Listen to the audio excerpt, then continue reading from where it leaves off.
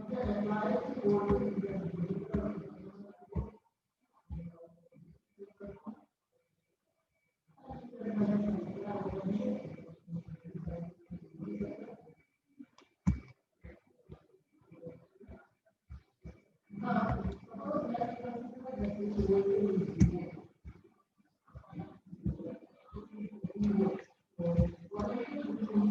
very good morning to all of you. Am I audible? Good morning, sir. Yes, Good sir. morning. Actually आज थोड़ा इसलिए late हुआ session कि just मेरा एक मॉर्निंग में लेक्चर था 10 से 11:30, तो थोड़ा वो फिनिश करने में एक बाइंड अप करने में थोड़ा टाइम लग गया. तो sorry from my side. I have taken more क्योंकि आज का आपके लेक्चर में 10 मिनट खींचने वाला हूँ. I have to take this lecture nearly 12:40. So first of all, sorry and thanks for your cooperation.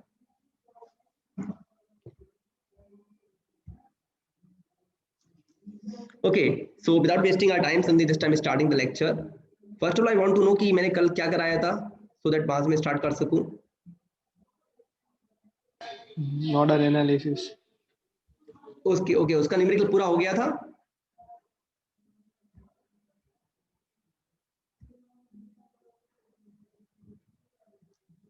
Numerical मैंने पूरा करा दिया था, बाकी था न्यूमेरिकल उसका.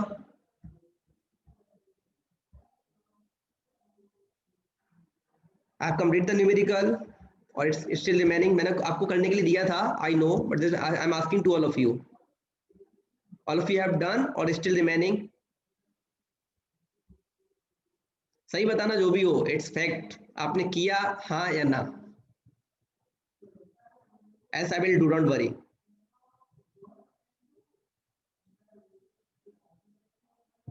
Means नहीं किया क्योंकि रेस्पॉन्स ही नहीं आ रहा. Tell me yes or no, please.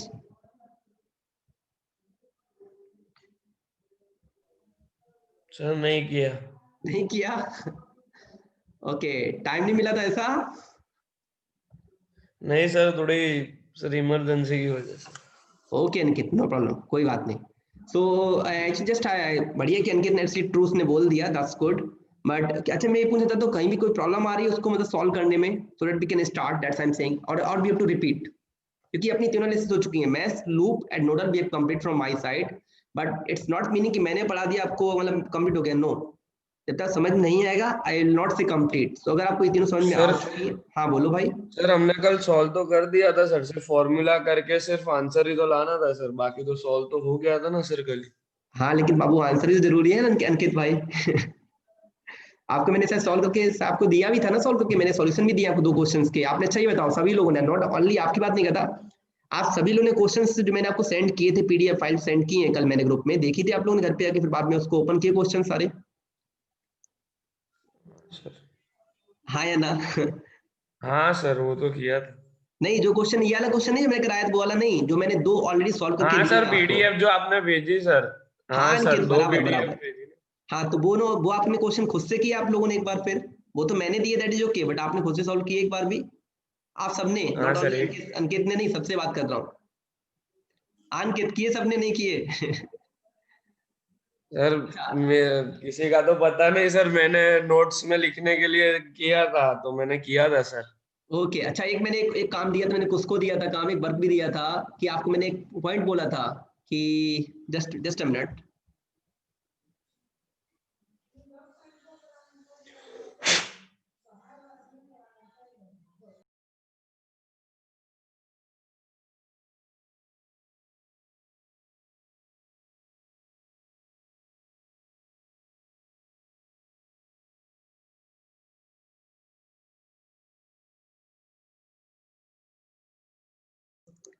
Okay so या so already I have discussed today, मैंने उसको बोला भी था कि there is any feedback or there is any something that you are not getting from my side. Where is कुछ Yadav? Yes sir. हाँ कुछ बात की क्लास में? नहीं सर बाकी है. नहीं बाकी मतलब टाइम नहीं दे रहे पास ऐसा? नहीं सर वो भूल गया मैं. कोई नहीं चलो. सो अभी जो क्वेश्चन कल कराया था लगभग सॉल्व हो गया सबका या बाकी है? चलो वो उसका तो नहीं पता. हाँ तो ठीक है, मैं क्या दूसरा क्वेश्चन देता हूँ. Now all of you have to solve this question now today using nodal. अपना जो नोडल डिस्कस चल रहा था आज सबको ये क्वेश्चन सॉल्व करना है, clear? You have to solve this question applying nodal analysis, loop और मेश से हम लोग ऑलरेडी कर चुके हैं, clear? So today will be this last topic for nodal, उसके बाद हम लोग स्टार्ट करेंगे सेकंड टॉपिक। अब इस टॉपिक को कराने में कोई कौन मेरी हेल्प करेगा? वॉलंटियर, अंकित, कुछ, anyone? Even I will call Ankit also, Ankit को कॉल करना चाहूंगा अगर इफ ही फ्री तो। अंकित, हाँ सर चलो। चलो अंकित भाई ये क्वेश्चन सॉल्व करने में मेरी हेल्प करो। चलो स्टार्टिंग सबसे पहले क्या करते हैं नोडल में? सर नोडल में तो पहले करंट्स फाइंड करते हैं सर। करंट फाइंड आउट करते हैं पहले। अंकित है ना, तू पक्का चाय पी लिया कर सुबह सीरियसली। सर इक्वेशंस तो बनेगी सर पहले। सबसे पहला काम क्या, मैंने यार इतने प्यार से पढ़ाया था, I have given step by step, step number 1 ये करना है, नंबर 2 में ये करना है, नंबर 3 में ये करना है, वो वहां से स्टार्ट किया करो जैसे मैं पढ़ाता हूँ। ब्रांच। ओके रुको रुको, हित भी बोलना चाहती है, हित भी प्लीज। नंबर ऑफ जंक्शंस पहले फाइंड करते हैं। हित भी, आपने नाश्ता किया है? Please speak loud seriously. Sir number of junctions find करते हैं। Okay, number of junction. और वन मोर थिंग, देखो मैंने पहले बोला था in my lecture seriously it's not a boring lecture, so you will enjoy, so थोड़ा सा रहेगा, so don't mind if I am giving any comment to you. Okay, so first of all count number of junction. So how many junction in this circuit? Aniket भाई हाँ sir. कितने junction है आप बता चल। सर मुझे तो 5-6 दिख रहे हैं, आपको कितने दिख रहे हैं यहाँ पे? हाँ सर एक सेकंड। 1 2 3 4 5 सब 6 है सर। 6 है ना? हाँ मैंने, मुझे 6 दिख रहे हैं, मैंने वही पूछा, मैंने 6 बोलूंगा तो अंकित कितने बोलेगा वही मैं जानना चाह रहा था। तो अंकित 6 कंफर्म है यहाँ पे? हाँ सर। ओके, अब अंकित जरा एक बात बता दो कि जंक्शन को डिफाइन कर दो जरा भाई यार पहले। Sir a place where 2 or more branches meet, 2 and 2 or more. That's called junction. Yes sir. Ankit due to physical class नहीं है, नहीं बहुत अच्छा कमेंट था। This is a recording so I can't speak here, but this is not junction, it's a node only. Node में होता है 2 और मोर देन 2 वे 2, और जंक्शन में होता है 3 और मोर देन 3 अंकित भाई। हाँ सॉरी सर। हाँ अब बोलो अंकित कितने जंक्शन है? सर जंक्शन एक भी नहीं है सर। 3 नहीं सर, 2 जंक्शन है सर, 2 जंक्शन है। सीरियसली है ना, आज का लेक्चर तो लगता है तेरा खराब होने वाला है। यहाँ पे 2 जंक्शन है, एक V और दूसरा और एक E। E बराबर। नाउ जस्ट टेल मी अंकित कि यहाँ पे जो V और E जंक्शन है दैट्स स्टेप नंबर 1। हेपी ने बोला था, परफेक्टली डन बाय अंकित कि यहाँ पे सबसे पहले क्या करेंगे, first of all count number of junctions. So we have counted there are 2 junctions, number 1 that is point B, number 2 that's a point E। I think so it's confirm to all of you, am I right? Clear? यहाँ पे 2 junction है, हिंदी बोल देता हूँ, यहाँ पे 2 junction है, एक पॉइंट बी पे है और एक पॉइंट ई पे है। That's step number 1, count number of junction. Step number 2 that we have to take a reference node और रेफरेंस जंक्शन। अब अंकित भाई यहाँ पे रेफरेंस जंक्शन कौन सा लोगे इन दोनों में से? रेफरेंस जंक्शन होता है ये बताओ Ankit, what is reference junction? Sir define नहीं कर सकता सर, बट कैसे बोलूं सर? नहीं जैसे बोलना वैसे बोल दे चलेगा। Sir most likely sir B को एज अ रेफरेंस जंक्शन लेंगे सर। बी को, अच्छा अच्छा ये बताओ रेफरेंस जंक्शन लेते हैं। और आपको एक आइडिया देता हूँ, हिट भी जस्ट वेट, एक्चुअली हिट भी जस्ट वेट, आज क्या है थोड़ा अंकित से ही पूछना है मेरे को मोस्टली, इसलिए then I will come to you, no problem, okay? So it be sorry है ना, and yeah, so अंकित भाई मुझे ये बताओ कि आपने वो रेफरेंस जंक्शन पे नोड पे वोल्टेज कितना होता है? What is the value of voltage at reference junction or node? Sir reference junction और नोड पे सर ये श्योर है अंकित, मतलब कल का लेक्चर तुमने बिल्कुल भी अच्छे से अटेंड नहीं किया, ये तो कंफर्म हो गया सर अंकित किया भाई। था सर, भूल गया सर, भूल गया, मैं भूल रहा हूँ सर, मैं कल बहुत काम में था सर, इसीलिए मैं भूल गया। ओके ओके, लगता बात नहीं हुई कल आपकी है ना, इसलिए सामने वाले से कोई दिक्कत नहीं, दैट्स ओके। अरे नहीं sir. Okay, so any other person, Pratham, Tapan, anyone? I will discuss to you again. Yes sir. Yes yes yes भाई साहब बोलो चलो। V equals to 0. Perfect, that's a reference junction and keep in mind जब हम 0 voltage लेते हैं that is called neutral और ground, and ground हमेशा न्यूट्रल नीचे ही होता है। So E point will be our reference point. अंकित भाई क्लियर? सर समझ गया, यस सर। ई पॉइंट जो है ना आपका, E point as a ground लेंगे। मैंने बोला था ग्राउंड हमेशा जो पॉइंट है ना, जितने भी न्यूट्रल पॉइंट, जब भी रेफरेंस का मतलब क्या होता है, reference means where I am taking potential equal to 0। अगर वोल्टेज 0 कर दिया मतलब या तो ये ग्राउंड हो गया, ये अर्थिंग हो गया, या न्यूट्रल हो गया। उस पॉइंट को हमेशा नीचे ही लगाएंगे। आपने देखो कभी कोई सर्किट ड्रॉ करते हैं या कभी कोई सिस्टम बनता है, कोई फैक्ट्री बनती है, तो ग्राउंड हमेशा नीचे वाले फ्लोर पे होगा, लास्ट फ्लोर पे, बिकॉज जो सर्किट का पूरा कॉम्बिनेशन आएगा ना, वो ग्राउंड हमेशा नीचे आता है। So that's why I am taking यहाँ पे 2 पॉइंट थे, एक बी और एक ई, इन दोनों में से कोई एक लेना था। सो आई विल रिफर की ई पॉइंट को एज अ रेफरेंस पॉइंट ले। क्लियर? और रेफरेंस पॉइंट का मतलब क्या होता है? It is defined as the point in a circuit where potential is always equal to 0। 0, भाई यस सर। अब दूसरी बात अंकित भाई, अभी कंटिन्यू है, तुमसे टेंशन मत लो, प्रॉब्लम तुम ही सॉल्व करोगे आज। अब क्या करना है? पहला था आपका count number of junction, that is done. Number 2, take a reference node, that is already done. Number 3, apply KCL equation at each junction. अब यहाँ पे एक ही जंक्शन है, क्योंकि ये तो जंक्शन में का मतलब जंक्शन है, but I will not write any KCL equation for this one. So now अब क्या करना है? Apply KCL equation at applied KCL at junction, that is called B point. तो बोलो केसीएल क्या होगा? सर केसीएल सर, अगर लूप सर को। अगर सही नहीं बोला तो बहुत बाद में तेरे को पर्सनली कॉल करूंगा मैं, कुछ कहने के लिए नहीं सर, है ना। नहीं सर, नहीं सर।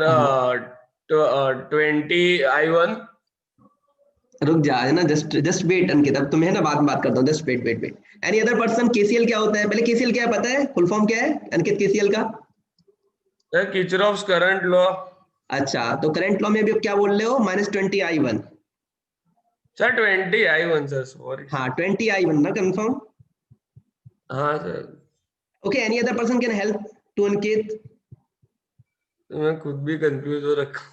कोठारी सर कहाँ गए? Yes sir.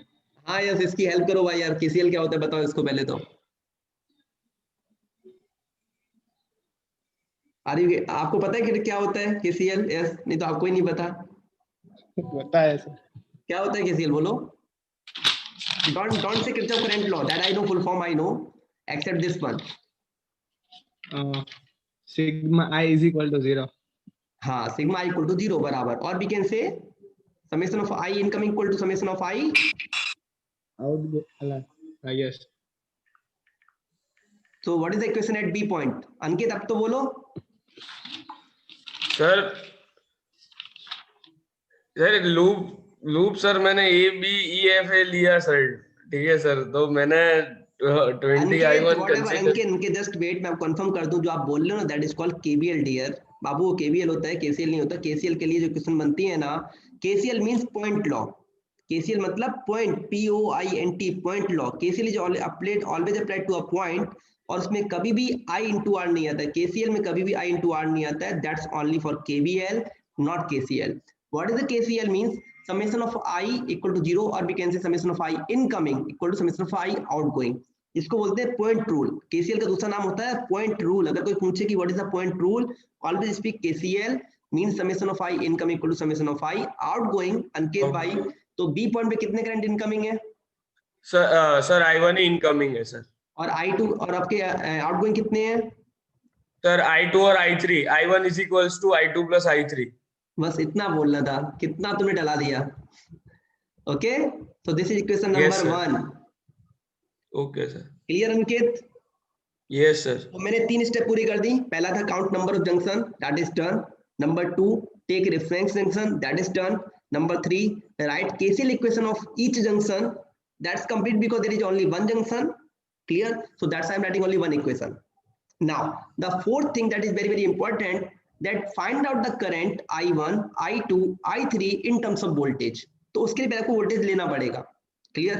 अभी पहली स्टेप पूरी नहीं हुई थी। पहली स्टेप में क्या था आपको बता देता हूँ। स्टेप नंबर 1 पूरा नहीं हुआ था। Count number of junction and take voltage at each junction. तो जैसे मान लो आपने यहाँ पे इसको नोड 1 लिया, because there is only one junction, क्योंकि ये क्या हो गया, जिसको रेफरेंस जंक्शन, इसको नंबरिंग नहीं करते। रेफरेंस जंक्शन नंबरिंग मत करना, ठीक है। So there is only one junction, so I am taking V1 as a voltage. अगर मैंने V1 वोल्टेज ले लिया, so anyone can you just Ankit आप होल्ड करना, any other person, anyone can you tell me what is the I1? पहले मुझे पूरा एक बार कोई भी अनम्यूट होकर मुझे आंसर देना, then I will ask the question कि I1 करंट कहां से कहां तक जा रहा है, पहले बताओ। ओम्स लॉ अप्लाई करना है। In step number 4 you have to apply ohm's law. या प्रथम, प्लीज प्रथम बोलना स्टार्ट कर दिया करो, don't raise your hand, you can start. हाँ सर, पहले तो पॉइंट ए से होगा और बी तक जाएगा। बेटू फिर तुम गलती कर रहे हो थोड़ी सी। Hello sir. Then it's just waste, then it's just waste. I know आप आंसर दे दोगे। पहले प्रथम को एक बार कंफर्म करना चाहूंगा, इसमें क्या है कि उसको कोई भूलेगा नहीं कभी। प्रथम करंट आपका I1 कहां से कहां तक वो बताता हूं। ये पूरी ब्रांच देखो, ये ब्रांच केवल ए बी नहीं है एक्चुअली, ये ब्रांच आपकी यहां से स्टार्ट हुई है। देखो आप ध्यान से देखो, एक बार सिंपल समझाता हूं आपको, प्रथम बात समझाता हूं। अगर यहाँ पे I1 है तो यहाँ कितना होगा प्रथम? अगर यहाँ पे R1 में I1 है तो स्मॉल R1 में कितना होगा प्रथम करंट? यहाँ पे भी सर I1 ही होगा। और यहाँ पे कितना होगा बेटू? I1। और यहाँ पे कितना होगा? I1। यहाँ पे कितना होगा?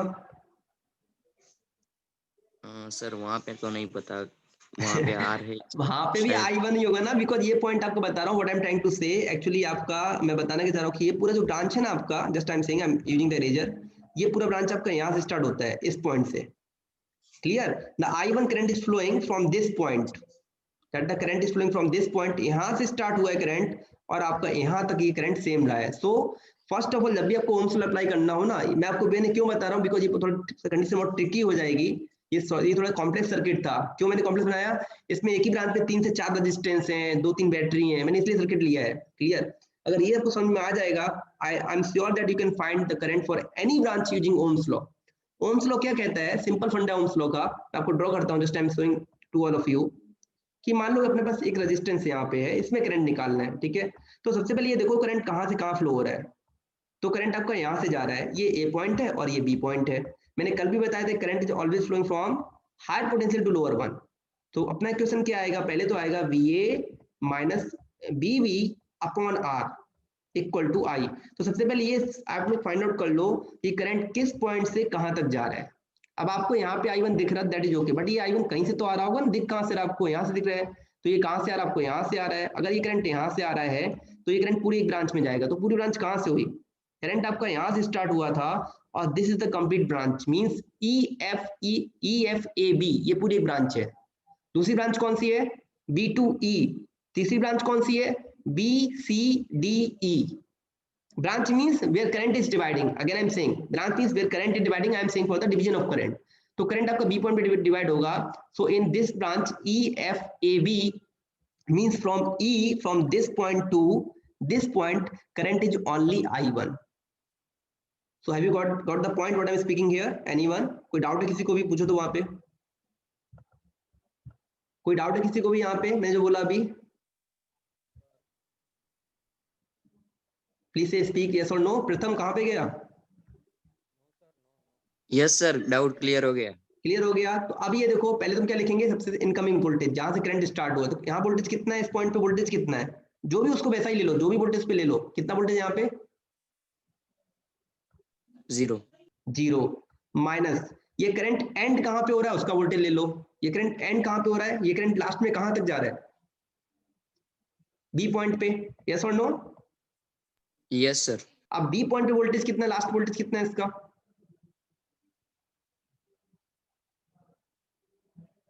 प्रथम सर 18। प्रथम आपने आपको है ना अनम्यूट रखो, अभी जल्दी म्यूट मत करो अगर आप, ठीक है। सो यहाँ पे क्या हुआ? 0 और यहाँ वोल्टेज कितना है? बी पॉइंट वोल्टेज कितना है? B1 इस बी पॉइंट पे वोल्टेज कितना है? Sir I don't. अरे भाई यार, ये तो लिखा है मैंने, कितना वोल्टेज लिखा है ये? V1। तो ये तो मैंने एज्यूम किया था ना, इसमें प्रॉब्लम ही नहीं है, इसमें तो मैंने एज्यूम किया है। क्लियर? Yes sir. पहले प्रथम आप ही बताओ, आपको पहले नोडल एनालिसिस क्लियर हुआ? तो पहले बताओ ये नोडल आपको क्लियर है? नोडल क्या है? सबसे पहले मैं आपको ऐसा है ना, एक बार मैं पूरा आपको ये पूरा ड्राइंग खत्म कर देता हूँ, आपको थोड़ा इसमें प्रॉब्लम आ रही होगी। अब देखो यहाँ सबसे पहले क्या किया था, step number 1, I am repeating for everyone. Step number 1, count number of junction, clear, and take reference voltage, sorry take that voltage at that junction. यहाँ पे मैंने एक जंक्शन लिया, यहाँ पे 2 जंक्शन थे, आपको बता भी दिया, तभी आपको डिस्कस भी हुआ था अभी एनकेस से। 2 जंक्शन है, बट इसको मैंने क्या मान लिया? रेफरेंस। तो यहाँ वोल्टेज कितना हो गया? 0। और यहाँ मैंने क्या किया? I have get this one number and that's why I appear the voltage as V1। ठीक है, फिर हमने अप्लाई किया केसीएल क्या था, I1 equal to I2 plus I3। बहुत ईजी है, आप लोग टफ मत करो इस चीज को, बहुत ईजी है समझना। अब हमें क्या करना है, हमें निकालना है I1 I2 I3 in terms of voltage. अच्छा एक चीज मैंने कल भी बोली थी कि नोडल में अननोन क्या होता है, वोल्टेज या करंट, एनीवन? वोल्टेज। और एंड मैश एंड लूप में अननोन क्या होता है, करंट। क्लियर? तो यहाँ पे आपको दिख रहा होगा एक ही वोल्टेज, आपका एक वोल्टेज अननोन है, तो अपने पास इसलिए एक ही इक्वेशन बनी। अगर अपने पास दो वोल्टेज होते तो इक्वेशन कितनी बनती, अगर दो वोल्टेज होते अपने पास अननोन तो इक्वेशन कितनी चाहिए? अरे क्या हुआ, कितनी इक्वेशन चाहिए? दो। अगर अपने पास दो वोल्टेज हैं अननोन तो कितनी इक्वेशन चाहिए? दो चाहिए तो सर। और कितने जंक्शन चाहिए प्रथम? अगर दो वोल्टेज अननोन है तो दो इक्वेशन चाहिए, तो कितने जंक्शन होने चाहिए सर्किट में? तीन। उसमें एक क्या होगा? एक जीरो। हाँ, रेफरेंस नोड, जीरो नहीं बोलना कभी, रेफरेंस नोड होगा। जीरो तो वोल्टेज होता है, ठीक है प्रथम? ओके। क्लियर? Yes, अब देखो, अब मेरा क्वेश्चन ये था, आपको प्रथम वही पूछ रहा था, तो अपने तीनों स्टेप पूरे हो गए। अब मैं पूछा I1 क्या होगा। सो I1 मैंने क्या बोला आपको, सबसे पहले देखो स्टार्टिंग वोल्टेज कहाँ पे है, तो आप देख रहे हो करंट आपका यहाँ भी I1 है, करंट यहाँ भी I1 है, ये तो कॉमन सेंस आपको दिख रहा होगा, आई थिंक सबको, मतलब सबके लिए बोल रहा हूँ, नॉट ओनली प्रथम। सो स्टार्टिंग वोल्टेज कितना है, जीरो, करंट आपका यहाँ से स्टार्ट हुआ। अगर मैं एक आपको समझाता हूँ, अगर मैं इसकी डायरेक्शन ऐसे कर देता, समझना मेरी बात, ये जो डायरेक्शन है ना इसको रिवर्स कर देता, अगर मैं डायरेक्शन ऐसे कर देता तो मैं क्या लेता, तो मैं लेता V1 माइनस जीरो, तो करंट आप कहाँ जाता, करंट आपका यहाँ से जाता, करंट आपका यहाँ जाता, और करंट आपका लास्ट पॉइंट यहाँ तक जाता। तब मैं लिखता V1 माइनस जीरो अगर करंट आपका इस डायरेक्शन में होता, बट अभी करंट आपका इस डायरेक्शन में है, so current is moving clockwise. Clear? So I am writing zero minus V1। Clear? फिर ये देखो बीच में कोई बैटरी है, प्रथम को बीच में बैटरी है, इस पूरी ब्रांच में कोई बैटरी है, हाँ या ना? Yes sir. वो जो बैटरी है उसमें करंट कहाँ पे एंट्री मारना है, प्लस में या माइनस में? माइनस पे entry.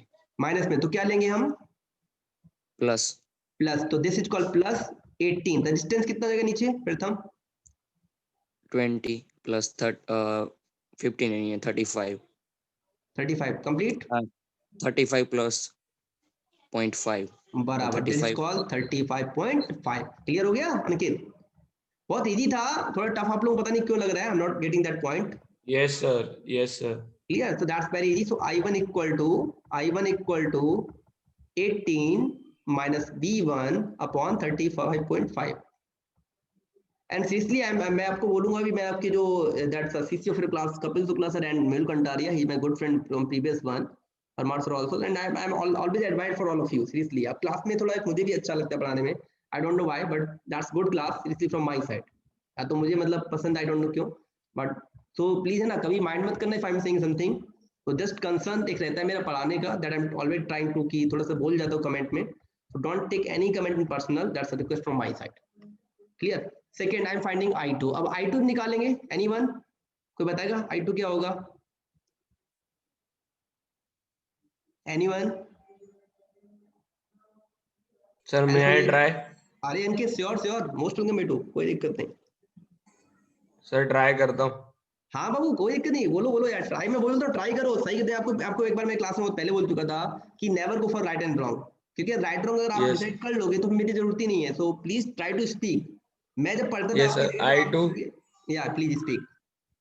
Sir I2 is equals to sir 12 volt. Just wait, पहले आपको फिर बताता हूँ अंकित, अभी मैं आपको कोई दिक्कत नहीं, समझा देता हूँ आपको। सबसे पहले ये देखो कि स्टार्टिंग और एंडिंग पॉइंट क्या है, जैसे I2 करंट कहाँ से स्टार्ट हुआ और कहाँ पे एंड हुआ है, हमें वो फाइंड आउट करना है। सो अंकित जब देखना आपका यहाँ पे I2 हमने कहाँ स्टार्ट किया, I2 आपका यहाँ पे, देखो ध्यान समझना मेरे बात को पहले अंकित, I2 आपका यहाँ जाएगा और यहाँ जाएगा और यहाँ पे जा रहा है, और ये करंट आपका यहाँ पे जा रहा है। तो आपका I2 यहाँ से स्टार्ट हुआ, मतलब बी पॉइंट से, स्मॉल बी, तो थोड़ा भी दिख नहीं रहा आपको, अब दिखेगा, ये पॉइंट बी था, तो बी से स्टार्ट हुआ, बी से सी, सी से डी और डी से ई। तो स्टार्टिंग पॉइंट पे वोल्टेज कितना है अंकित? हाँ अंकित, यस V1। तो पहले हमें लेना है स्टार्टिंग पॉइंट का वोल्टेज, ले लो सबसे पहले क्या करो, बहुत इजी बता रहा हूँ आपको, अच्छे समझा देता हूँ। सबसे पहले करो starting point voltage minus ending point voltage. Clear हो गया अंकित? Yes sir. सबसे पहला काम ये है, starting point voltage minus ending point voltage. उसके बाद जितनी बैटरी आए ना उसमें ये देखो एंट्री का, जैसे इसमें एंट्री माइनस में है, माइनस में, ये हो गया +12, प्लस इसमें एंट्री प्लस में है तो ये -24। -24। बहुत ईजी है, आप लोग थोड़ा समझो, ट्राई करो, आराम से आ जाएगा। फिर नीचे का करेंगे, जितने रेजिस्टेंस हैं, जो भी रेजिस्टेंस है सीरीज में होंगे, जो करंट सिमिलर है, तो आप देख सकते हो यस कि सर, ये कितने ओम का रेजिस्टेंस है, 8 ओम, ये कितना है, 0.5 ओम, ये कितना है, 0.75 ओम। तो this is called total 9.25, yes और नो। यस सर, तो I2 क्या हो गया अपने पास, I2 का थोड़ा हम स्टैंडर्ड फॉर्म में लिखेंगे, तो we can write V1 -12 upon 9.25, yes और no, yes equation sir. Number B. अब I3 अंकित आप ही बोलोगे और आई एम श्योर कि सही ही बोलोगे। Sir, I3 is starting from point B yes, and going to point E. Great, so what is the Sir, equation, starting voltage is V1 and ending voltage is 0. So okay, just wait equation. Ankit just wait, I am Yes writing. sir, yes sir, एक बार मैं लिखता हूँ yes तो आपको क्या आसानी रहेगा बोलने में भी, मुझे भी समझने में, just wait, I am just removing for erasers, that's why. Okay, हाँ आप जस्ट वेट, क्या पिकअप किया,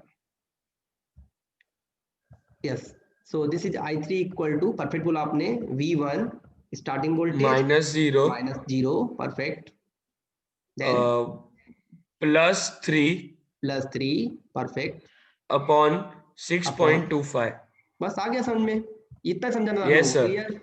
तो ये आपका yes कॉन्सेप्ट sir, था, हो गया कंप्लीट, क्लियर। अगर आपको ये समझ में आ गया, means you have done your nodal analysis, क्योंकि नोडल में पूरा गेम यही है। आपको ये जो मैंने निकाला ना ABC, अगर आपको ये क्वेश्चन समझ में आ चुकी हैं, आई एम श्योर नोडल बहुत ईजी है अप्लाई करना। क्योंकि देखो, जो अभी आपको मैंने इतना बड़ा और लंबा चौड़ा समझाया था, count number of junction and उसके वोल्टेज लेना है, जंक्शन वोल्टेज लेना है, उसका करंट लेना है, ये सारे काम है ना, अगर आप एग्जाम में करने बैठोगे ना, 1 मिनट के अंदर हो जाएंगे। I am just what I am trying to say, have you taken the screenshot for the circuit, आप लोग स्क्रीनशॉट ले लेना, बिकॉज आपको इक्वेशन जरूरत पड़ेगी, मुझे सबको रिलेट करना पड़ेगा। So please take the screenshot, and just you can write, आप लिखना तो लिख लो, I1 equal to 18 - V1 upon 35.5, please note it down, I1 equal to 18 - V1 upon 35.5, I2 equal to V1 - 12 upon 9.25, I3 equal to V1 + 3 upon 6.25। All of you have written the equation. yes sir, Can I erase? Can I remove all the things? Yes or no? yes sir, Okay. So just अब क्या काम बाकी रह गया, आपके लिए maths बाकी रह गया, मैथ्स समझते हो ना, प्लस माइनस वो बाकी रह गया। अपने इक्वेशन क्या थी, I1 equal to I2 + I3। तो हमें क्या करना पड़ेगा, मेरे पास एक अननोन था V1, यहाँ पे क्या अननोन था, ओनली V1, तो हमें V1 चाहिए, एक अननोन है तो one equation I want. So can you tell me anyone what is I1, बोलो अब। I have said, I think so, सबने अपने स्क्रीनशॉट लिया है, please tell me. yes sir, please tell me I1 in terms of voltage, sir, I1 equals to 18 minus V1 upon, 35.5, great, मैं ये पूछ रहा था, than equal to I2, V1 minus 0 नहीं जीरो, plus एक सेकंड V1 - 12 या V1 minus 12 upon 12 upon 9.25 9.25 नहीं, हाँ ऐसी इक्वेशन, फाइनल इक्वेशन मुझे दे दो, 9.5 9.25 plus I3 V1 minus 0 plus 3 V1 plus 3 plus 3 upon 6.25 6.25, perfect, clear to all of you. अब इसको Yes, सॉल्व sir. करने के लिए क्या करना पड़ेगा, अब तो आपको पूरा मैथ्स आपके ऊपर है, मैथ्स सबको आता है, आपको ये जो that is called fraction solve करना सबको आता होगा, it's a work of 9th and 10th class, so you know very well, take LCM and cross multiply, इन दोनों का LCM ले लो, ठीक है। अब ये तो काम आप लोग कर ही सकते हो, एम आई राइट और रॉन्ग, right क्लियर हो जाएगा सर। हाँ, इतना हो जाएगा। सो जैसे आप मल्टीप्लाई करोगे, इसका मतलब यहाँ पे होगा, इसका यहाँ पे होगा, एंड लास्ट में क्रॉस मल्टीप्लाई होगा, हमें एक इक्वेशन मिलेगी in terms of V1, solve the equation and give me the answer of V1 now. अब आपको मैं टाइम देता हूँ 5 मिनट का, आप लोगों को just solve this equation and give me the value of V1, take your time of 3 to 4 minute, हाँ 3 से 4 मिनट ज्यादा नहीं लगेंगे, but take your time, please try yourself and give me the value of V1 now. V1 दे दिया तो आपको सारे करंट मिल जाएंगे, यू कैन फाइंड, अगर आपको V1 पता लग गया, you can find I1, you can find I2, you can find I3, question is solved. So please give me the value of V1 now.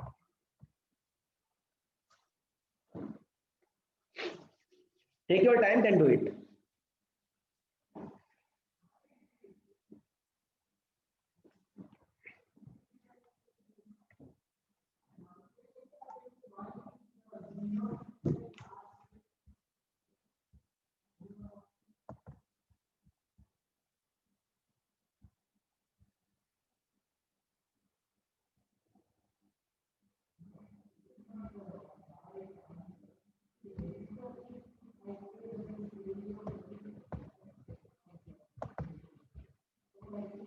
All of you are solving ना, आप लोग solve कर रहे हो ना?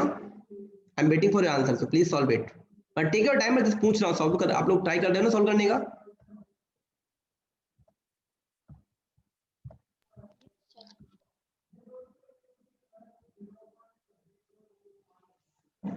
किसी को भी डिफिकल्टी हो सॉल्व करने में आप मुझे बोलना, मैं सामने आपके व्हाइट बोर्ड पे कर दूंगा, डोंट वरी। बट थोड़ा सा इसमें कुछ नहीं, कैलकुलेटर चाहिए, use a calculator and multiply और डिवीजन, बस वही चाहिए। इसमें आपको प्लस माइनस करना है, plus minus multi division, it's simple mathematics you have to apply.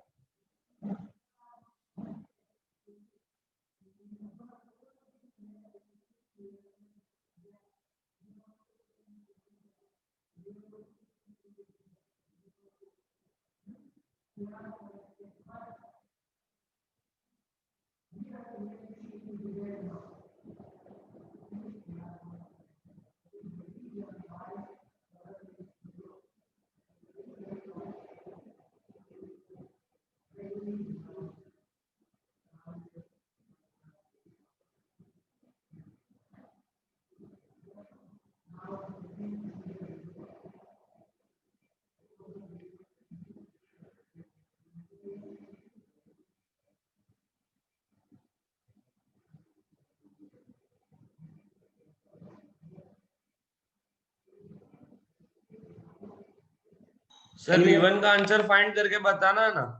हाँ अंकित, तुम अभी स्टार्ट करोगे या कर लिया? Sir 1.977। Okay, great great great, that's too good. So just I am waiting for another answer. एक दो लोग और आंसर में देखते हैं क्या बोलते हैं, then I will just reply to you. एक लोगों और सॉल्व करने दो। आपका आंसर 1 पॉइंट कितना? 1.7 sir 1.977। Okay, 1.9 mean nearly approximately 2 volt, we can say 1.98 yes sir. या ओके ओके। तो एक बार और लोगों को भी करने दो, देन आई विल सी वो लोग क्या आंसर देते हैं।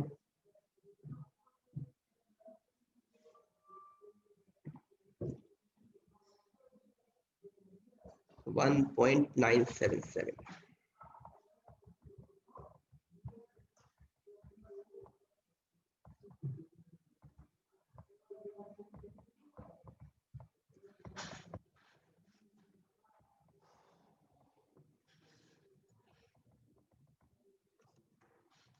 Any one person? Another? अंकित को, अंकित किसी ने सॉल्व किया और किसी ने सॉल्व किया answer?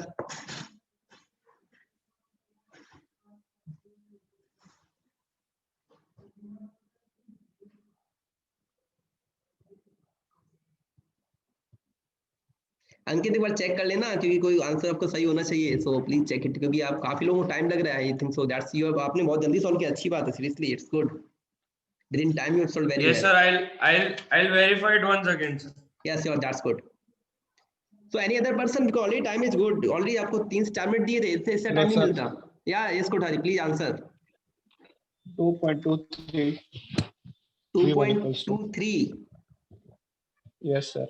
Okay, let me check. This is by S Kothari. Mr. S Kothari, sorry. Okay sir. Okay, any other person?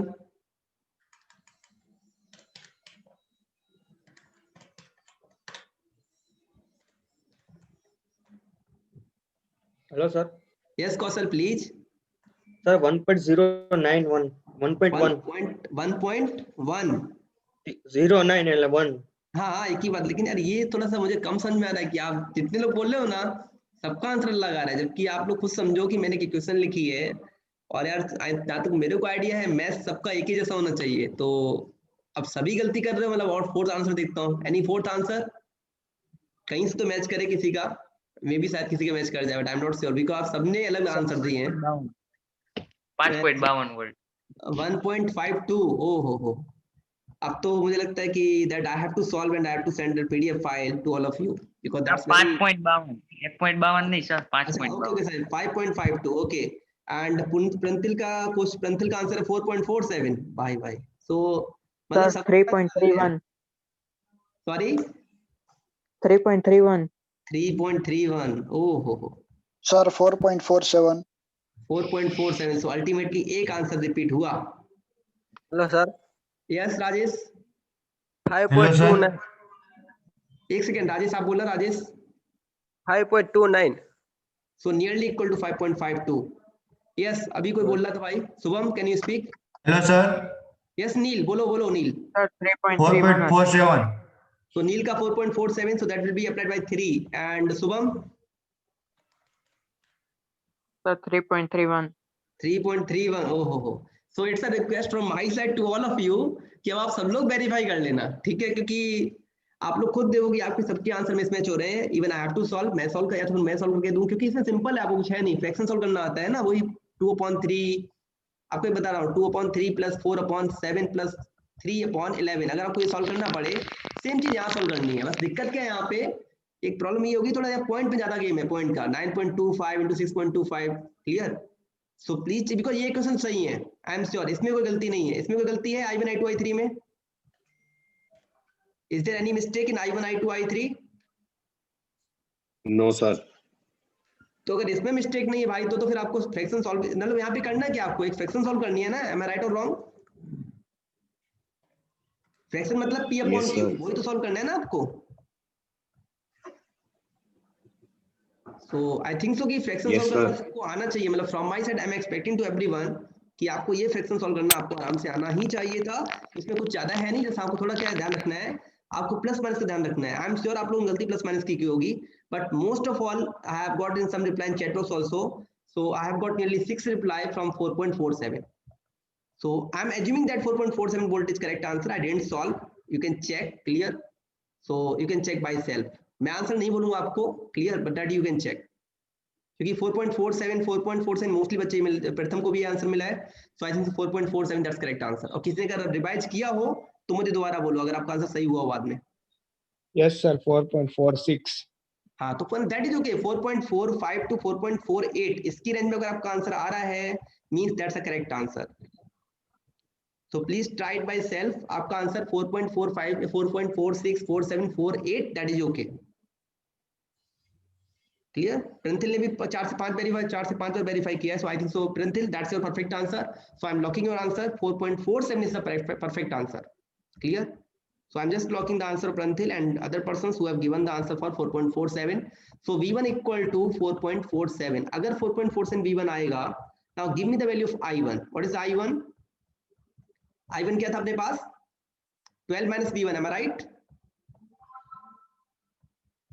yes or no please 18 minus V1 12 minus V1 18 minus 18 minus V1. 18 minus V1 upon 35.5. so what is the I1 if I'm taking V1 equal to 4.47 what is the I1 17.87 17 point कहां से आ जाएगा आप ये देखो ना 18 में से 4 गया है तो बचा 14 सर 0.38 0.38. हाँ क्योंकि सिंपल क्वेश्चन है ना देखो सिंपल आप लोग कहना थोड़ा मैथ सिंपल समझो कि अगर 14 में डिवाइड करोगे 35 से तो कंफर्म है कि आपका आंसर 0.5 से भी नीचे आएगा क्योंकि 35 का हाफ होता है 17.5 तो आपका आंसर आएगा 0.4 के आसपास दैट इज 0.38 थोड़ा सा मैथ अच्छा करो seriously it's required clear for everyone so I1 आ गया 0.38 अच्छा कोई भी करंट आपका माइनस आ रहा है कोई भी करंट आपका माइनस आ रहा है I1 तो आपका प्लस में आ गया but any current is coming negative I2 और I3 Yes, sir. which one sir I2 I2 हाँ तो इतना याद रखना कि जब भी करंट नेगेटिव अगर आता है तो क्या आंसर I2 का can you tell me the answer I2 equal to minus 0.81. 0.81 तो जब भी आप एग्जाम में लिखेंगे क्या लिखेंगे एग्जाम में आपको कैसे लिखते हैं आंसर यही सही है don't worry this is correct answer कैसे लिखेंगे यहाँ पे एक लाइन लिखना पड़ेगा the direction of current is assumed from B to E so due to this negative sign the direction is reverse and the current is flowing from E to B ये आपको exam में एक line लिखनी पड़ती है so that you can get full marks clear हमने current कैसे assume किया था? फ्रॉम बी टू ई, ये अपना खुद का एजम्पशंस था, ये जो मैंने एरो लगाए थे खुद के एजम्पशंस लगाए थे. So what we have to write? Due to negative sign we have to change the current, and that's why current is flowing from E to B actually, not B to E, because B to E it's assumed current. So that's why I'm getting minus current. Clear to all of you?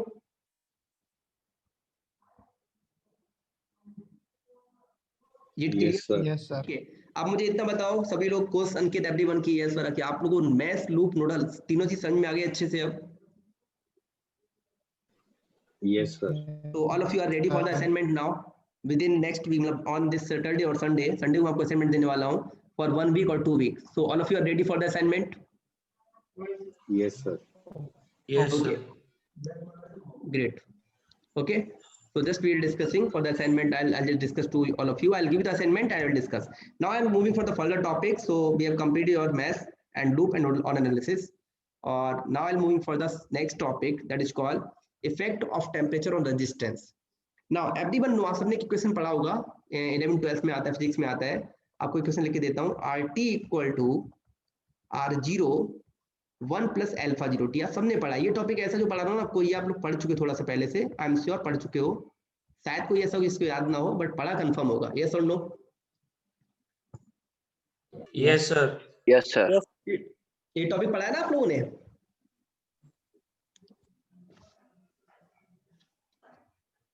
अब यहाँ पे RT क्या है, R0 क्या है, कोई बताना चाहेगा? If anyone have any idea, because there is a lot of time. बहुत पहले आपने पढ़ा होगा, क्योंकि अब तो काफी टाइम हो गया आप लोगों को, 1 साल के आसपास हो गया वो छोड़े हुए 11th. So it's very difficult, I know, but anyone can you explain what is the RT, what is the R0, and what is alpha 0? Main thing, what is the alpha 0 here? Anyone?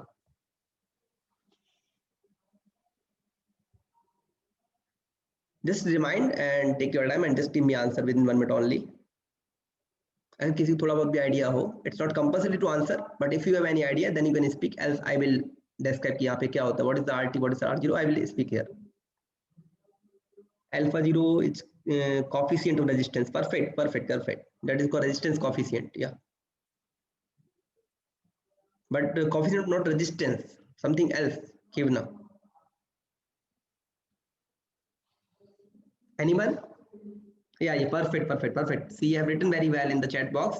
It is temperature coefficient of resistance. Good. So if you remember, उसने बहुत सही answer दिया किवना ने.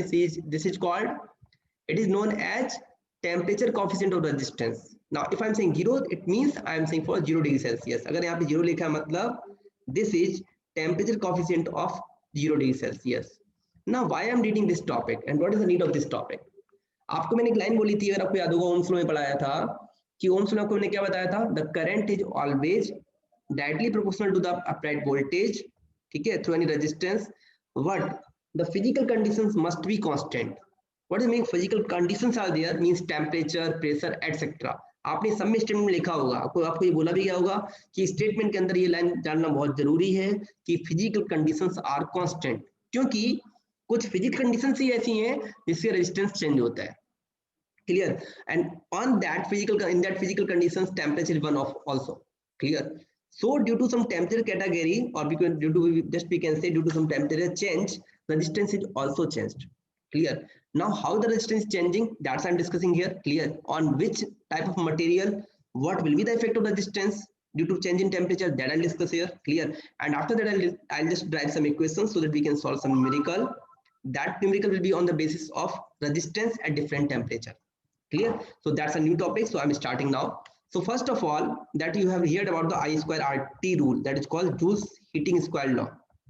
सुना है ये I square RT, Joule's heating square law. If you are providing a current I continuously in a resistance, clear? So due to some heating loss, I square RT, temperature will be increased of this circuit. Keep in mind, this T is time, it's not temperature. This T is time. So due to this I square RT heating loss, some temperature will be changing, that is called delta T in degree Celsius. This T is temperature and that T is called time. Keep in mind. So you can write this is capital T, लिखना चाहो वो भी लिख सकते हो, आप समझ सको इसलिए. Clear? Heat evolving per second. Yes, perfect. Yeah, heat evolving per second you can say. Good. So this is called I square RT. That's Joule's. That's called heating square law of Joule. Clear? Joule ने scientist ने ये rule दिया था. So according to this rule, whenever you are flowing any I current continuously in the resistance, then some heating loss will be there. I square RT. Clear? Or some heat in volume will be there. Clear? So that's why some temperature rise will be there, and that's called delta T. Now, if the temperature is rising and if the temperature is changing, then what will be the effect on main value of the resistance? It will be changing. Of course, it will be changing. It will be increasing or decreasing. That depends on material to material. That's your whenever heat will be there, whenever temperature will be changed in any resistance, at that time the resistance value will be changed. But it depends on the material. It always changing material to material. Clear? That will be decreased or increased. So first of all, I will discuss about effect of temperature on the resistance with the defect of some another material. What is the material? Means some metals, some non-metal, some alloy, some insulator. Clear? So I'll discuss about first effect of temperature on such type of material. Clear? So then we start new topic here. So first of all, what is the effect? So I'm just discussing here. Just wait. So can you read the first line, anyone? Yes, sir. Yeah, please read it. The electrical resistance changes with the change of temperature. What is the meaning of this line? The resistance in the circuit changes with along with the temperature change. Okay जो हमने सुनने भी बात की थी कि अगर किसी भी रेजिस्टेंस में ठीक है, अगर आपका टेम्परेचर चेंज होगा, चाहे वो आपका मेटल का बना हो, if it is any made of any material, किसी मटेरियल का बना हो, रेजिस्टेंस चेंज होगा. अब चेंज किस में होगा वो बात की बात है. क्लियर? सो सिंपल थिंग क्या है, पहले what is the first line and what is the first statement, that the electrical resistance changes with change in temperature. That's your. Next, the resistance does not only increase with the rise in temperature but it also decrease in some cases. Already आप just मैंने आपको पढ़ाया, जो आपको line बोली थी वही मैंने सारी लिखी है इसमें, बिकॉज मैंने पहले भी बोला था कि टेम्परेचर के साथ में रेजिस्टेंस बढ़ेगा, ऐसा कंपलसरी नहीं है, वो कम भी हो सकता है, but that depend on which type of material you are designing for the making the resistance, कि रेजिस्टेंस किस मटेरियल का बना हुआ है. That is called rheostat. Clear? So in fact for the different type of material the amount of change in resistance due to change in temperature different. So अब हम बात करेंगे डिफरेंट टाइप को मटेरियल की. So number 1 I have taken the case of metal. Number A case I have taken for metal. Metal में क्या होगा? The resistance of all pure metals, metals means aluminium, copper. Are you getting my point? Metals means it's aluminium, copper, iron. Yes और no? Yes, sir. Clear? Yes, sir. Yeah. So this is called the resistance of all pure metals increases linearly with increasing temperature over a limited temperature range. Means कि जैसे आप temperature बढ़ाओगे आपका resistance बिल्कुल increase होगा. It's not decrease, increasing. अब कैसे increase होगा? It's always increase in linear behaviour. It's always increase in a linear behaviour like that, कि whenever you are increasing temperature, आप टेम्परेचर बढ़ाया, if you are increasing temperature T in degree Celsius, or not you are increasing, means due to any conditions or due to any effect, if temperature is increasing, resistance RT will increase. That's called in pure metal. Now if it is not metal, then what will happen? You can see why it's happening, because at low temperature the ions are almost stationary. अगर आपने पढ़ा होगा 12th level तो उसमें आता है, it's called atomic structure of metal. Metal means it's solid. तो आपने देखा बहुत स्टेप आपके हिस्ट्री में पास में होते हैं, सुना होगा आपने, ये तो पढ़ा हुआ है, atomic structure of solid, liquid, gas. I think ये तो बहुत सिंपल टॉपिक है, so you have read. So at low temperature the ions are almost stationary. As the temperature increases the ions inside the metal acquire energy and start oscillating about their mean positions. And due to these oscillations, or because due to these vibrations, that ions collide with electrons and the distance increases with increasing temperature. So that's the main point. If any is asking the Viva that why temperature, why resistance is increasing with temperature, then you can give this concept. Clear? So first of all, एक चीज रखना कि metal के अंदर जैसे temperature बढ़ेगा, resistance का value बढ़ेगा. That's simple. So you can see this graph that already I have plotted that there, but you can see this is RT resistance and T temperature, and this is T in degree Celsius. So you can see this is increasing. Clear? हाँ, ये confirm है कि 0 degree Celsius पे भी कभी resistance की value 0 नहीं होगी. ये तो कंफर्म आपको पता होना चाहिए कि कोई रेजिस्टेंस की वैल्यू 0 नहीं होती. कभी देखा, सुना आपने 0 ओम का रेजिस्टेंस सुना है कभी किसी ने? मार्केट में गया उससे बोला रेजिस्टेंस 0 दे दो 0 ओम का. Is it possible? Please say yes No, or no. sir. It's possible. No, sir. No. No. Clear. So that's I've taken. That's I've started. Just I have started the point from here because I know at 0 degree Celsius even the resistance is never zero. And the dotted line means dotted line का मतलब होता है कि that's the assumption line that I'm just assuming for the calculation, but it's not true.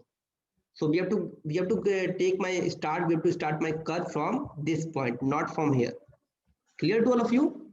So now the resistance of all metals such as tungsten, आपने सुना होगा tungsten, copper, aluminium, these are pure metals, increasing linearly with increasing temperature over a limited temperature range. हाँ, इसकी range limit हो जाती है. अब इसकी रेंज का लिमिट क्या बता रहा हूँ. आपने एक एग्जांपल देता हूँ, आपको आइडिया लग जाएगा. आपने पीला वाला बल्ब देखा होगा, पीला वाला बल्ब, येलो बल्ब देखा है पहले? अब तो देखा भी नहीं होगा पहले, मतलब अभी भी घर में शायद पड़े तो अच्छी बात है, बट ऑलरेडी आपने देखा तो होगा ही, मतलब आई एम श्योर.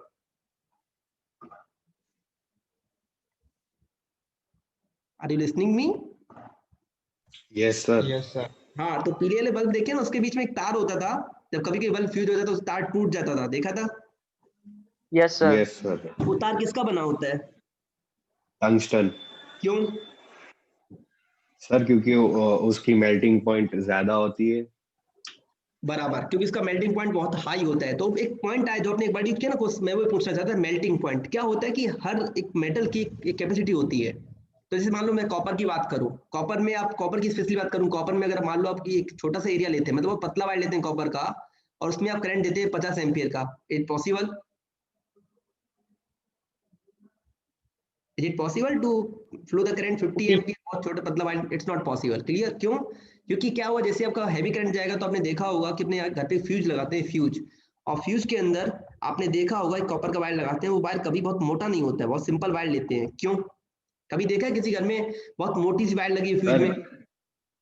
सर क्योंकि अगर ज्यादा करंट पास हो तो वो मेल्ट हो जाएगा. हाँ, क्योंकि हर मेटल का एक मेल्टिंग पॉइंट होता है. या तो जो मैंने पॉइंट लिखा है ना कि with limited temperature rise, limited का मतलब क्या हो गया कि लिमिट के अंदर तो वो चेंज होगा रेजिस्टेंस, अगर उससे ऊपर हुआ तो क्या हो जाएगा, रेजिस्टेंस पूरा बर्न आउट हो जाएगा, मतलब जल जाएगा.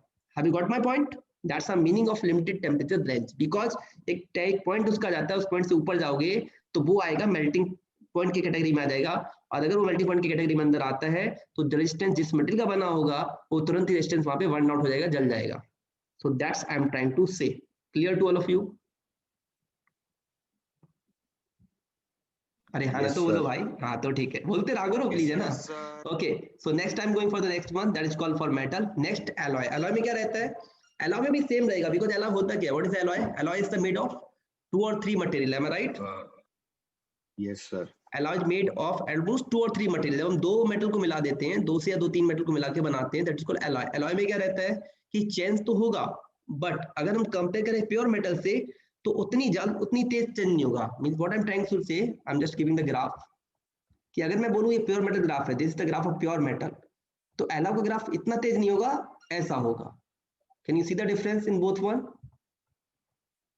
You can see the slope. Slope सुना होगा आपने, m tan थीटा, शायद सुना हो. यस और नो? Yes sir. तो स्लोप क्या होगा कि एलॉय के लिए जो आप जो कर्व बनाएंगे, एलॉय के लिए जो कर्व बनाते हैं, उस कर्व का स्लोप थोड़ा डाउन हो जाता है. क्यों डाउन होता है? बिकॉज चेंज जो होता है इसमें, चेंज तो होगा, इसमें भी इंक्रीज होगा, नो डाउट, कि जैसे टेम्परेचर बढ़ेगा रेजिस्टेंस चेंज होगा, बट फर्क क्या पड़ेगा कि इसमें जो चेंज आएगा वो थोड़ा स्लो होगा as compare to pure metal. Pure metal में जो ग्राफ बनेगा ये भी लीनियर होगा. अगर आई एम सेइंग ये भी लीनियर होगा, डू नॉट, यहाँ पे ऐसा नहीं कि कुछ कर्व ऐसा बन जाए, ऐसा पॉसिबल नहीं, कर्व ऐसा आएगा. कर्व तो लीनियर ही होगा, but the rate of change of resistance with temperature will be less as compared to pure metal. Clear to all of you? ये मैंने स्लाइड दे रखी है. आई थिंक सो ये टॉपिक में स्लाइड दे रखा है, तो थोड़ा ये थ्योरी वाला पोर्शन है, आपको थोड़ा बोरिंग सा लग रहा होगा, बट ये थ्योरी वाला टॉपिक है, सो यू कैन रीड. बहुत सिंपल मैं क्या समझाना चाह रहा हूँ, मैं टॉपिक क्या पढ़ा रहा हूँ आज, आपको पढ़ा क्या रहा हूँ कि टेम्परेचर पे इफेक्ट, सॉरी रेजिस्टेंस पे इफेक्ट क्या पड़ता है, what will be the effect of resistance, effect on resistance with temperature change. अब टेम्परेचर चेंज करते हो तो जो रेजिस्टेंस होता है किसी मटेरियल का वो कैसे चेंज होता है. तो first I have taken for the metal, second I am taking for the alloy, and third I have taken for the semiconductor, insulator और इलेक्ट्रोलाइट. ठीक है, सो ये टॉपिक था अपना जो हमने डिस्कस किया. And next just you can see here also, यहाँ पे क्या होगा कि यहाँ पे डिक्रीज होगा, किसमें? सेमीकंडक्टर और इंसुलेटर में. क्लियर? सो आपको केवल ये वर्ड याद रखने हैं किसमें किसमें इंक्रीज होगा, किसमें डिक्रीज होगा और क्या क्या चेंज होगा. सो ये इट्स बहुत बेसिक थ्योरी दी है मैंने आपको. Please read the slide, you can find the answer. Clear? Next ये जो टॉपिक है, clear, that this topic I will discuss in the next lecture. This is the derivation. So now I will write the equation. अभी मैं equation दिया था RT equal to R0 1 plus alpha 0t. एक ये वाला equation और some more equation that is related to this equation I will drive in the next session. Clear? So after derivation, then I'll solve some numerical on the basis of resistance and on the basis of effect of temperature on the distance. Clear? So before that, पहले आप लोग थोड़ा इतना पढ़ के आना, ये topic हमने पढ़ा हुआ है. So I request to everyone, please read this topic. ये थोड़ा सा पढ़ के आ जाना आप लोग ये वाला, ठीक है?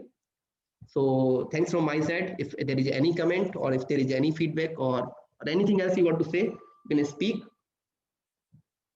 Anything you want to speak here? Anything you want to say something? Or any doubt in the topic which I've covered today?